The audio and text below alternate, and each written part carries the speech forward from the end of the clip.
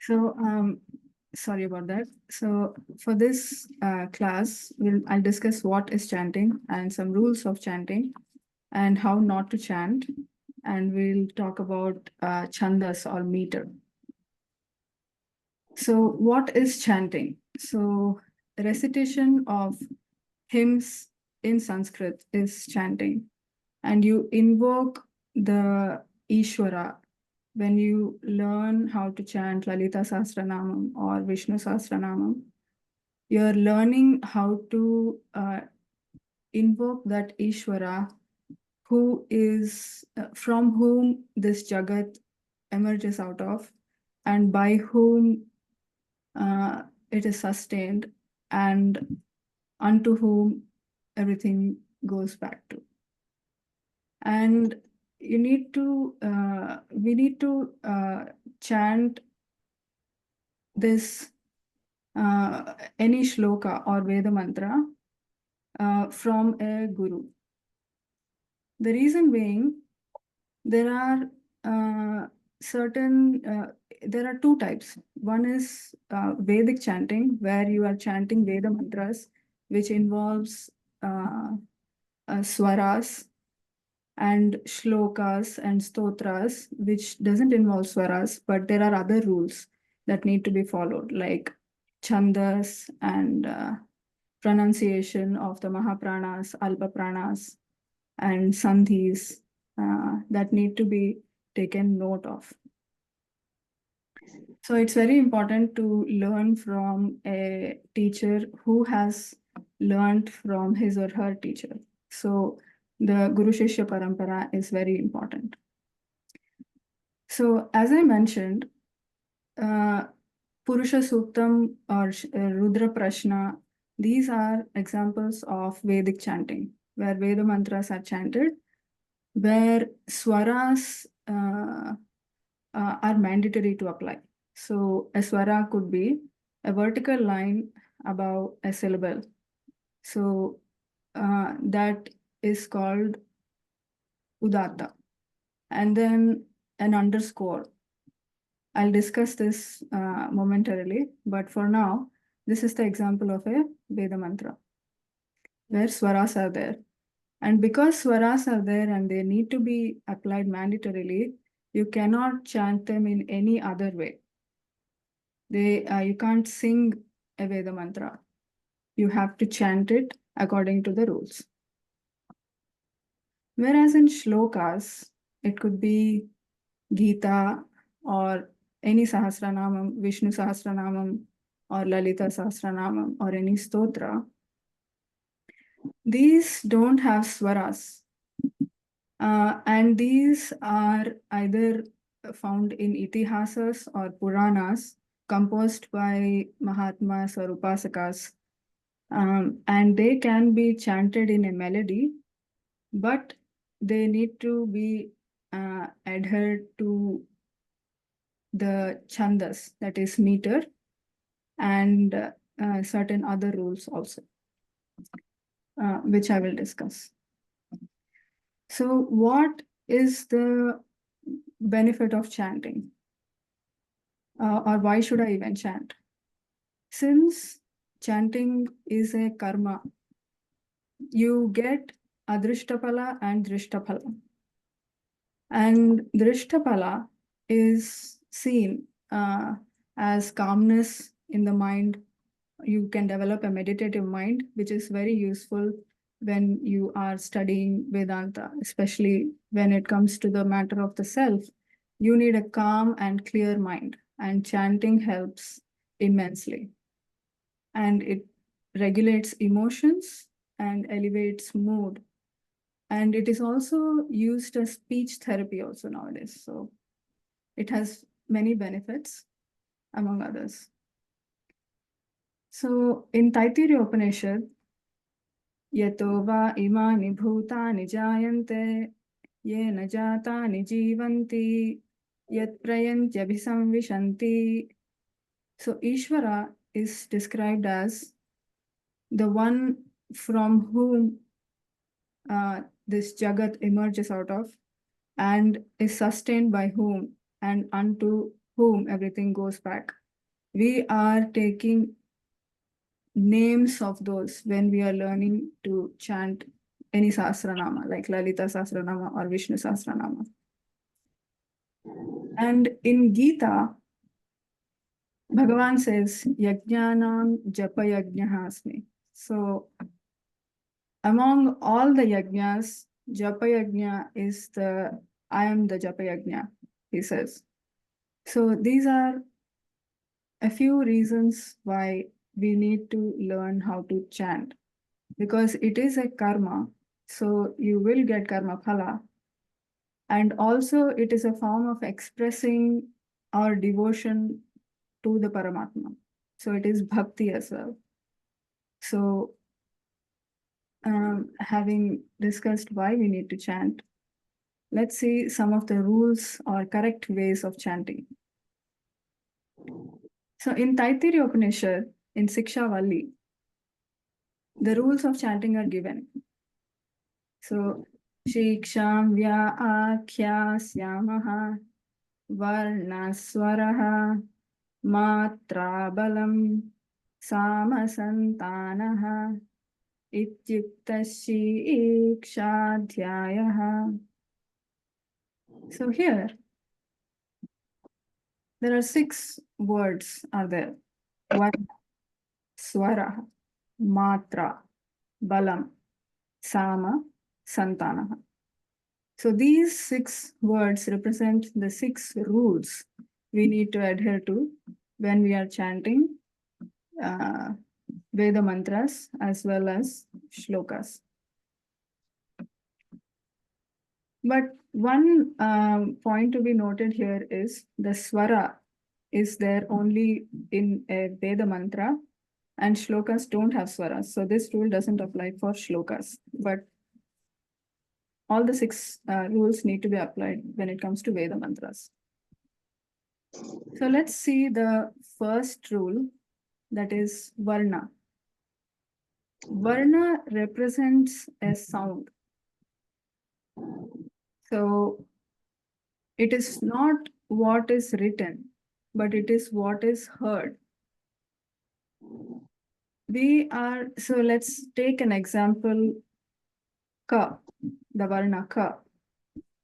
The letter Ka, it is a mere design. Like it's just a symbol upon which we superimpose a sound. So when you write Ka, then I exactly know what the sound represents when I see this letter. And this is a Varnamala of Sanskrit, and it is classified based on the places of articulation of these Varnas. So the first classification is Kantha. So the letters that can be pronounced, the place of articulation is the throat, is A, Ka, Kha, Ga, Gha, Nga, Ha, and Visarga, like Rama, Ha, Krishna, Ha. When you say the Visarga, the place of articulation is the throat. And the next classification based on place of articulation, Talu. When you say E, Cha, Cha, Ja, Jha, Nya, Ya, and Sha, when you're pronouncing that, you can feel the tongue touches the palate of the mouth. The next is Murdha, that is the middle portion of the roof of the mouth. The tongue touches the middle portion of the roof of the mouth. When you say R, Ta, Tha, Da, Dha, Na, Ra, and Sha, the tongue rolls and touches the roof of the mouth. And these are called murdhanyas. And the next classification is when the tongue touches the back of the teeth. When you say L, T, Th, Da, Dha, Na, L, sa, you can see that the tongue touches the back of the teeth. So they are called dantya. And the next classification is oshtya or lips. The place of articulation of these varnas is the lips. So when you say u, pa, pha, ba, bha, ma, and I'll talk about these symbols in just a bit. When you say these varnas, without without lips, you cannot pronounce these varnas. So, and the next one is the fifth letter of each class has a nasalized sound. That is nya, ma, nga, na, na. When you say, there is a nasal sound which happens.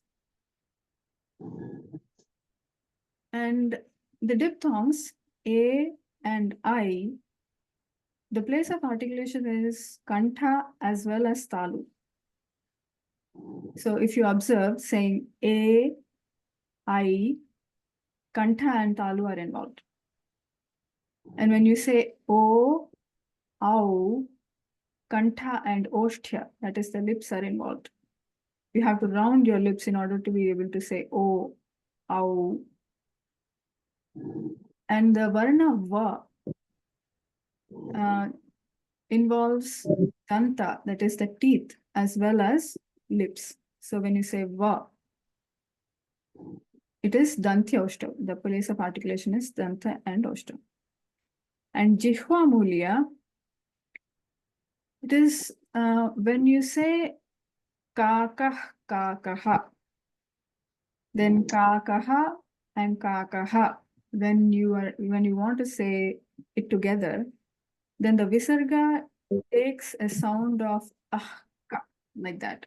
So kaka, and then try saying ha, but don't say hakara there. So kakah, kakaha. And similarly, when you want to say pikaha and pikaha, the visarga takes the form of upadmaniya. The symbol represents upadmaniya. And it is pikaf, pikaha. An F sound comes here. So kakah, kakaha, pikaf, pikaha.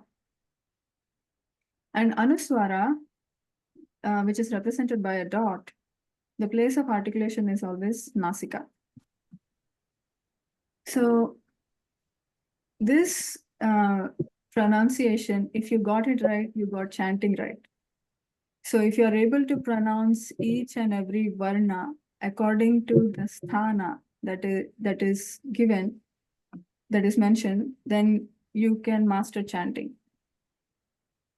But we tend to make some mistakes along the way where we can, try to improve upon, but we'll discuss that in a later point. But the first rule being, we have to master the pronunciation of these individual varnas thoroughly. And the next rule is swara, which is applicable to only Vedic chanting. So when a Vedic chant is chanted, you will observe that it goes in 3 notes. And Panini describes it as Uchchairudataha, Nichairanu Samanaswaritaha, meaning the high note is called Udatta, which is represented by a vertical line. And Nichairanudattaha, meaning the lower note, it is represented by an underscore. So, Varnaswaraha Matrabalam, that is Anudatta. And when there is no symbol represented, it is called Swarita. That is, it is a mixture of the high as well as the low notes. So, Varnaswaraha Matrabalam Samasantanaha Samasantanaha. Here, the vowel A, which is attached to Makara, has got a high note, which is Udatta. So when you practice Vedic chanting, this point can be recalled. Now the third rule is matra. So matra represents a unit of time taken to pronounce a syllable or varna. So there is a shloka saying ekamatro bhavet hrasvaha dvimatro dirgha uchyate trimatrastu pluto jneyaha ardhamatrakam tu vyanjanam. Meaning, if one varna or syllable takes one matra to pronounce, then it is called hrasva. So, for example, in Shri Rama, the ma is hrasva. Shri and Ra take two matras to pronounce, so they are dirgha. Shri Rama Rama Rameti Rame Rame Manorame. And here, whenever there is a dirgha, when the shloka is beginning with a dirgha, there is a tendency to shorten the dirgha. So if I want to chant fast, I will say Shri Rama Rama Rameti. So, and then I'll make another mistake by elongating the T here. If I choose to pronounce it properly, it's like Shri Rama Rama Rameti Rame Rame Manorame. That is the proper way of chanting. But if we shorten the E here, Shri Rama Rama Rameti, in order to fit into a meter, I'll elongate the T. So I have made two mistakes here. So should not be any mistakes in pronunciation. So I forgot to tell you a story about this Asura Vrita. You know, he did a yajna, many yajnas. In that yajna, he wanted to defeat Indra. So he was saying, Indra Shatruhu Vardhaswa. That is, a killer of Indra, may you emerge from this fire. But he chanted the swara wrongly. So what happened is, the being came out of the fire and killed him, Vrita, not Indra. So instead of him, Indra getting killed, he got killed himself. So the meaning changes when the swaras are not pronounced properly, or when there is the meaning changes. So we have to take care about those things. And dirgha and hrasva, and there is pluta, trimatrastu plutogneyaha. So in Taittiriya Upanishad, you will find this. Ha, vu, ha, vu, ha, vu. So the akara attached to the hakara is pluta, and it is represented by a symbol which is similar to 3. So which means that a has to be elongated for 3 matras. So these are a few examples and points to be noted when you're chanting. We see the next rule, which is balam. Balam is prayatna vishesha is balam, meaning the effort that is required to chant varnas. Even though here, when we take kantyas, that is ka, kha, when you take ka and kha, even though the place of articulation is the same, and it seems like you're pronouncing the same word, but if you pay attention, the effort required to pronounce kha is more than the effort required to pronounce ka. So the second and fourth letter of each class are called mahapranas, and emphasis needs to be given. The effort needs to be more when you're pronouncing these varnas. And ha also requires more effort to be pronounced. And upadhaniyas and jihva mulyas, these particular sounds, they are different, and it has to be noted, the difference in the sound. And one more thing, this sha and sha, people get confused between these two varnas. So sha is Shiva Shakara, and the place of articulation is Talu or palate. And Sha is Murdha when you pronounce it. That is Shanmukha Shakara or Krishna when you say Esha, like that. And Shiva, Shitili, that is Talavya Shakara. And next rule is Sama. Sama is Samata, that is evenness. When you when you give appropriate matras for the varnas, samata happens naturally. Like when I chant Shri Rama Rama Rameti Rame Rame Manorame Sahasranama Tattulyam Rama Nama Varanane. So there is a Mahaprana here, and then there are Sanyuktakshana as well. But even though I'm pronouncing all these things, there is an evenness. So it comes with practice, samatha. Next and last rule is santanaha or santatihi, meaning when two words are pronounced close together, then the blending happens and it is natural. And when you are chanting in Sanskrit, the blending is so natural. And these rules have to be applied, like sadgatihi, satkritihi, satta.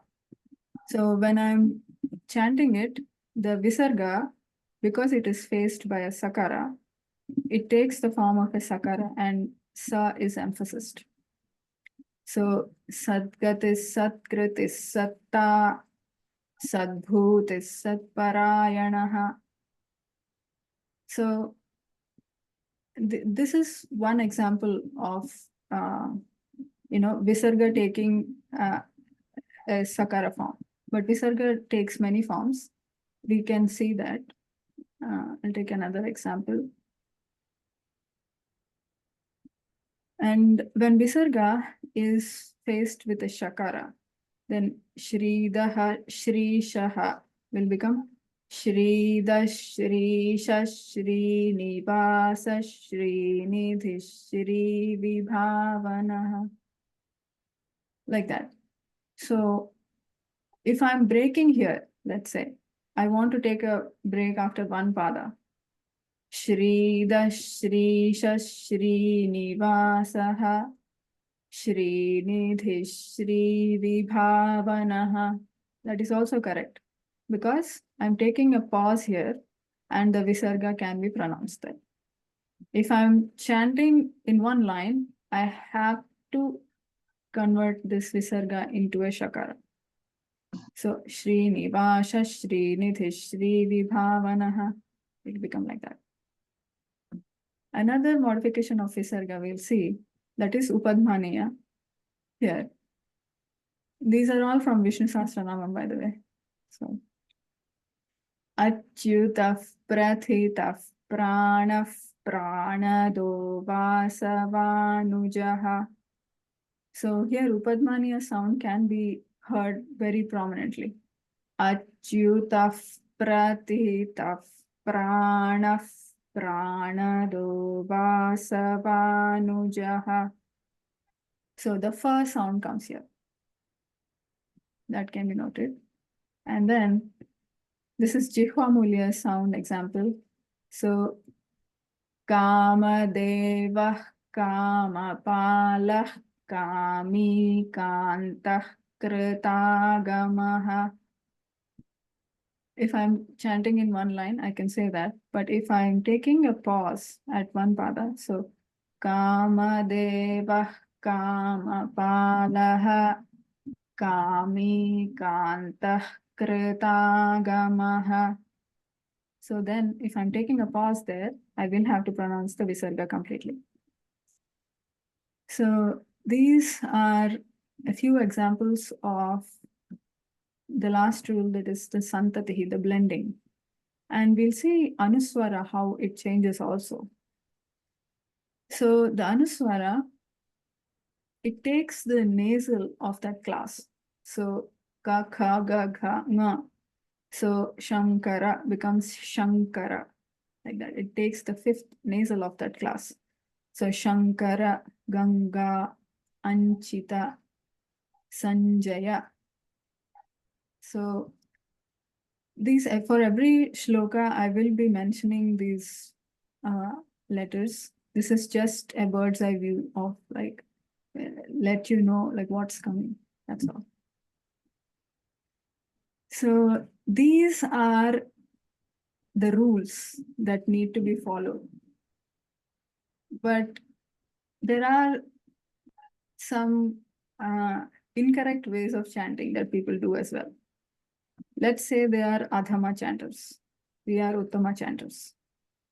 So adhama chanters, what they do?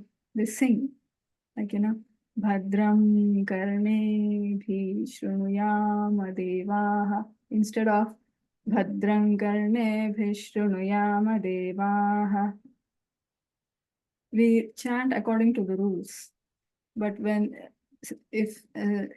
someone is singing Vedic chant, it is incorrect. It is not supposed to be done like that. And another chanter could be Shigri, that is, you don't know how to chant, but you chant fast in order to cover up the mistakes. And we've all done that. So let's treat each syllable like its own living and breathing entity. When you treat each varna like that, effortless pronunciation happens. So another chanter, we can say adhama chanter, is who nods the heads, like, without actually changing the tune or the note. The head nodding happens when you are learning initially, but the focus is to modulate the voice rather than trying to nod the head and bring the tone down or up. Even though it's an instinctual thing, we need to learn to like modulate the voice so that there is proper chanting. If a little bit of head nodding happens, it's not a big deal. Bhagwan will forgive us, I'm sure. Next, Likhi Pathak. This one, he learns, without a teacher, like either books or recordings, and then chants. So that is an incorrect way of doing it.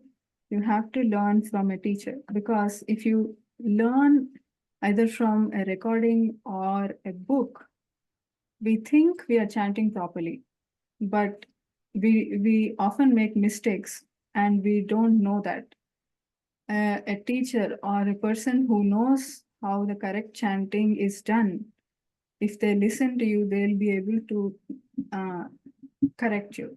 And, that is the proper way of doing things. And Anarthagnya, who chants without, it's the main goal, to perfect chanting and without inquiring into the meaning. He or she is also called an adhama chanter. So the proper way is to learn how to chant properly and then inquire into the meaning.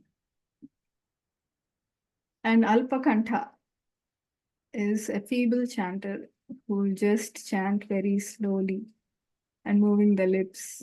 And, that should not be the case. You need to put required effort in order to pronounce the alpa pranas, mahapranas, and the appropriate length of time to be given to the matras have to be given. Then it becomes effortless. And if you're following all the rules that have been mentioned, then the complicated sentences will not be complicated anymore, because you're not trying to finish a text, you're just focusing on one syllable at a time. So by having these rules in mind, I hope we can chant better.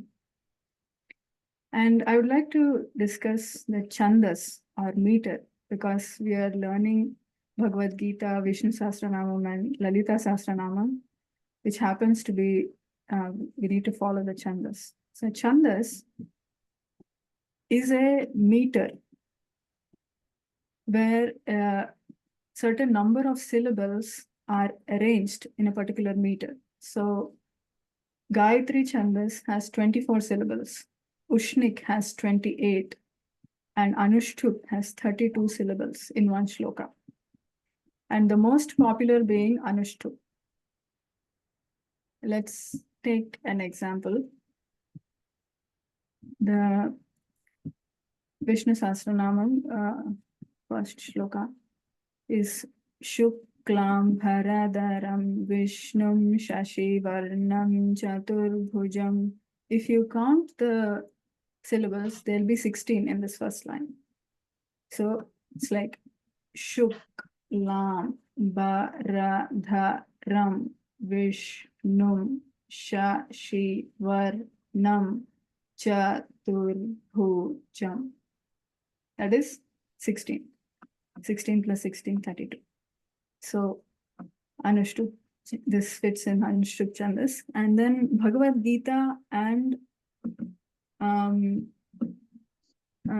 both Sahasranamams are in Anushtup Chandas. So this is all I wanted to discuss today. So I will chant the closing prayers and discuss about the class, how it's going to go moving forward. So let's chant. Om Purnamadav Purnamidam Purnat Purnamudachyate Purnasya Purnamadaya Purnamevavasishyate. Om Shanti Shanti Shanti. Hari Om Shri Gurubhyo Namaha. Hari Om. Okay. How do I stop recording?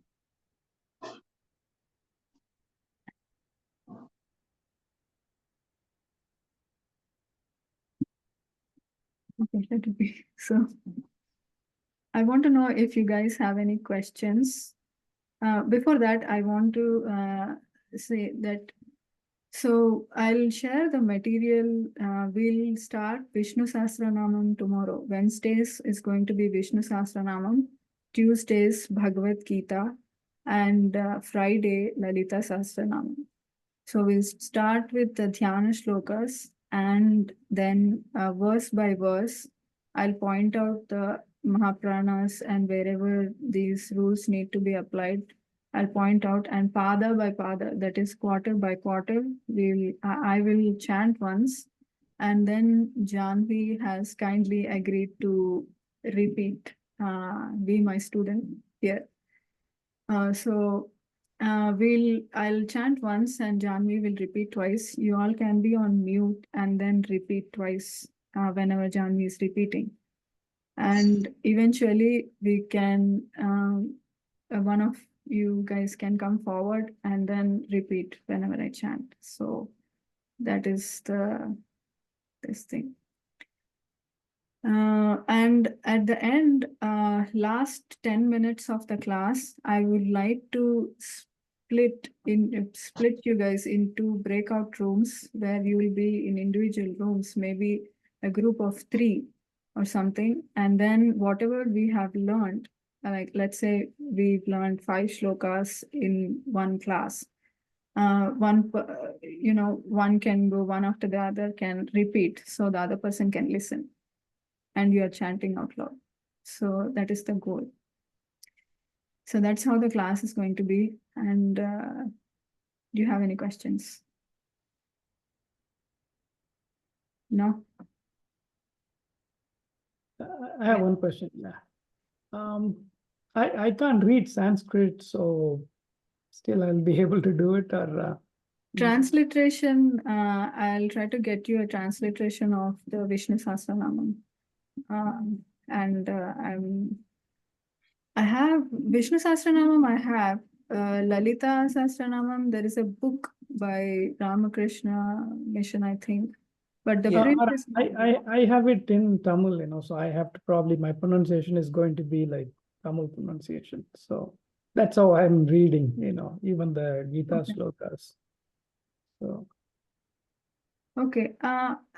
English transliteration will work for you, right? I'm assuming. translate, that will work. Yeah, I can give you that. Okay. Yeah. For Gita also, or for the Gita slokas also? Gita shlokas also.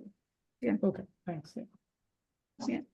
The Gita, this book has got that, right? It also has the transliteration. Actually, Actual transliteration is there in that? yeah, it's in this book. Okay. I'm not sure. I'm just sharing the information.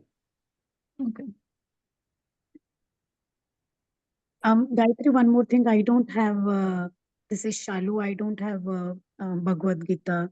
Is there any way I can buy? Is it available online? If you have Amazon, I can buy it. If you have any link which you're gonna read.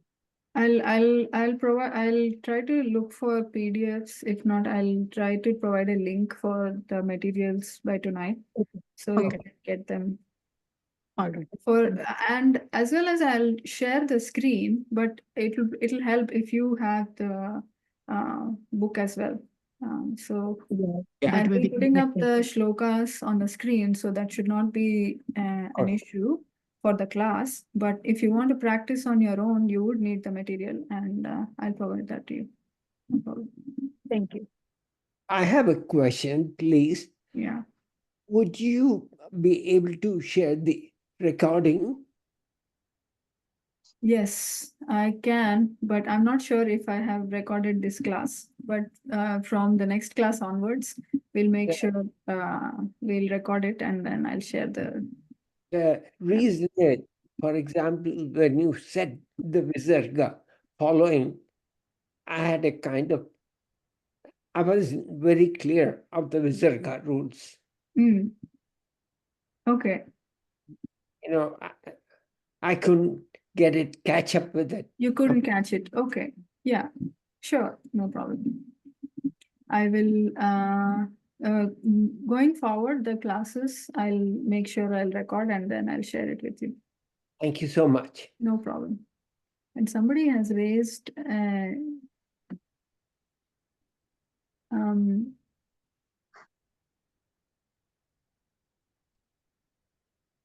okay. Yeah, somebody raised their hand. You can.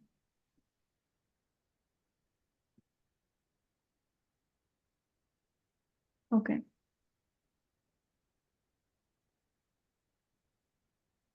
Anyone else? Okay, yeah. Also have a question. So for the way these classes are kind of designed or thought about, the idea is to take all three of them, Gita, Vishnu Sahasranama, and Lalita Sahasranama together, not just like, oh, only Gita or only, not pick and choose. That's what Swamini asked me to do, so. Okay, so for us as students also to go all of them at once, right? Yeah. Yes. Yeah. Perfect. It'll be, yes, it'll be. So it'll be a learning experience for all of us. Yeah. Yes, all the more. Yes. Anything else? Okay. So thank you, everyone. Thank So you. much. We'll Thank see you so you much. tomorrow, 6 o'clock, PST. you. So, Thank you so much. Thank you, all right. guys.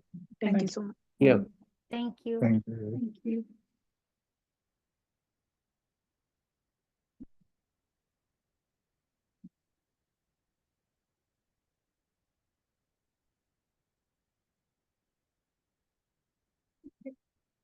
So,